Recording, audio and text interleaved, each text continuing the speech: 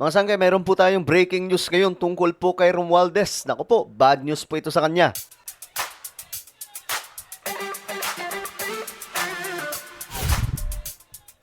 Hello, what's up guys? This is me. We are back dito sa ating YouTube channel. At ito nga po mga sangkay, pag-usapan po natin ito ngayon. Bad news. Kay Romualdez. Matindi to mga sangkay. Ito yung sinasabi ko sa inyo. No, na delikado po talaga siya ngayon. Kasi mukhang pati yung Amerika, guys, na-inform na tungkol po sa kung ano man ang sitwasyon niya dito. Alam niyo na siguro ito. Patungkol po ito sa flood control at kung ano-ano pa mga proyekto. Pag-usapan po natin mga sangkay kasi headline po ito ngayon. Anyway, bago tayo mag-umpisa, sa mga hindi pa po dyan nakakapag-subscribe sa ating YouTube channel, makikita nyo po yung subscribe button sa baba ng video na to. I-click nyo lamang po yung subscribe, i-click ang bell, at i-click nyo po yung all. Sa mga nanonood po sa Facebook, i-follow nyo po yung ating Facebook page. Okay.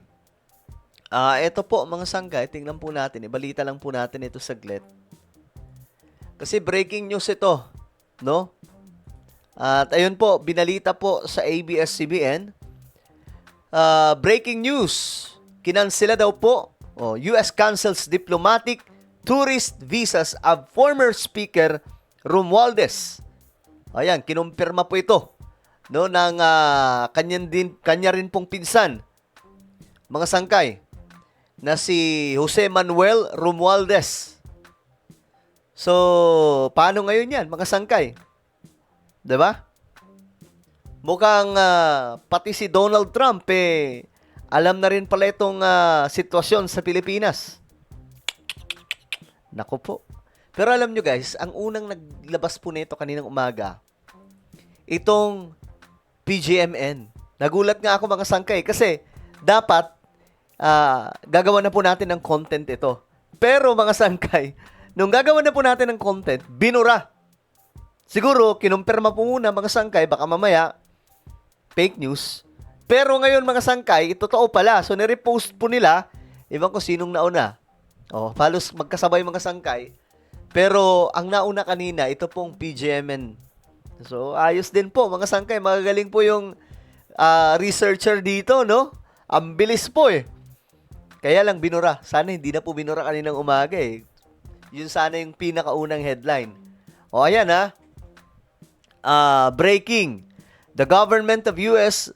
President Donald J. Trump has revoked both the diplomatic and tourist visas of Martin Romualdez for his alleged involvement in what's now being globally recognized as one of the largest corruption scandals in the Philippine history. Ayan na. Pambihira ito yun, Oh my goodness. Ito, basahin na lamang po natin mga sangkay. Mas detalyado na po ito good job sa PGMN, no? Magaling po yung researcher talaga dito Magaling pong humanap ng impormasyon. Hindi po biro yun Nauna sila kaninang umaga Ewan ko saan po nila nakakalap yun.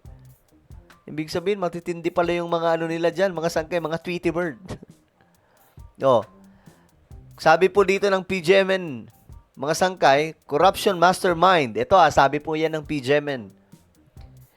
Corruption mastermind Martin Romualdez is facing fresh scrutiny after reports emerge that the United States has revoked both his diplomatic and tourist visas while investigations into the multi-billion peso flood control controversy continue. Ayan po mga sangkay, matindi to. Ngayon, paano yung mga nagsasabi dyan, ng mga nagtatanggol kay Martin Romualdez? No? Ang tingin ko nga dito mga sangkay, mukhang ang nag-inform nito, tingin ko lang ang tingin ko lang si PBBM.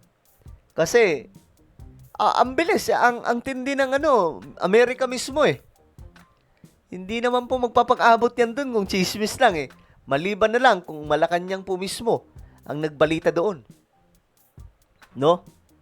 So, tingin ko lang ako, opinion ko lang naman yun, mga sangkay, na mukhang nasa loob po ng Malacanang yung nag-inform sa US. Kaya po ganito ang nangyayari kay former Speaker Romualdez. No? Talagang yari ngayon. Ewan ko anong reaction ngayon ng mga ng mga tagasunod po ni Romualdez, no? Kasi may mga nagtatanggol din po sa kanya eh. Actually, nung binatikos nga namin po si former Speaker Romualdez. Ako naman wala akong masamang tinapay kay former Speaker Romualdez, no. Eh tayo hindi naman po katulad ng iba na talagang pag bumanat ng babalahura. Tayo saktuhan lang mga sangkay. Hindi na po tayo tulad dati. Eh ito binabalita lamang po natin mga sangkay na itong nangyari kay dating Speaker Romualdez. Kasi dati mga sangkay nung kumbaga nag-call out kami kay former speaker, galit po yung mga loyalista. Hindi ko alam kung kanino sila loyalist, kay PBBM ba o kay dating Speaker Romualdez. Pero ngayon, mga sangkay, mukhang lumilinaw na po ang lahat eh. 'Di ba? Tapos may grandest case pa raw po na inihahanda ang ombudsman sa Pilipinas. So, isipin nyo sa lahat ng mga sangkot sa flood control, corruption sa Pilipinas, andyan na po sila Bongo, sila Chis Escudero, maraming sangkot, mga sangkay, yung mga mali-maleta. Iisa lamang po ang tinanggalan po ng visa ng Amerika. No? Si Martin Romualdez lang.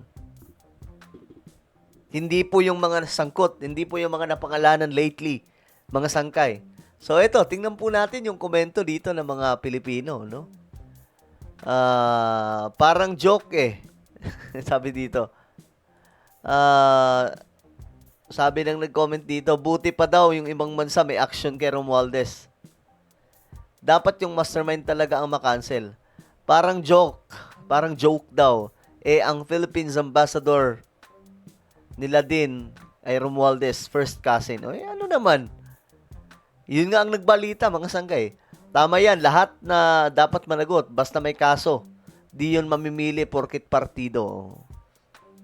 Sabi ni RD, good job, US, sunod mo na lahat ng mga buhaya.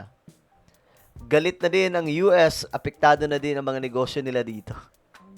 Nako, yari to mga sangkay. Oh. Baka yung mga naniniwala na ba kayo? Yung mga yung mga nagalit sa amin ni Mike Cervera nung kinall out namin to. Ngayon, anong inyong opinion dito? Nga si dating Speaker Romualdez ay ito na mga sangkay. Mismo US na po ang gumagawa ng aksyon. No? Eh, siguro naisip nila baka pumunta pa dito sa amin yan. Well, ano po ang inyong opinion? Comment down below. Meron tayong YouTube channel. Ito po ay Sangkay Revelation. Hanapin nyo po ito sa YouTube ngayon din. Kapag nakita nyo na, i-click nyo po yung subscribe, i-click ang bell, at i-click nyo po yung all. Ako na po ay magpapaalam. Mag-iingat po ang lahat. God bless everyone.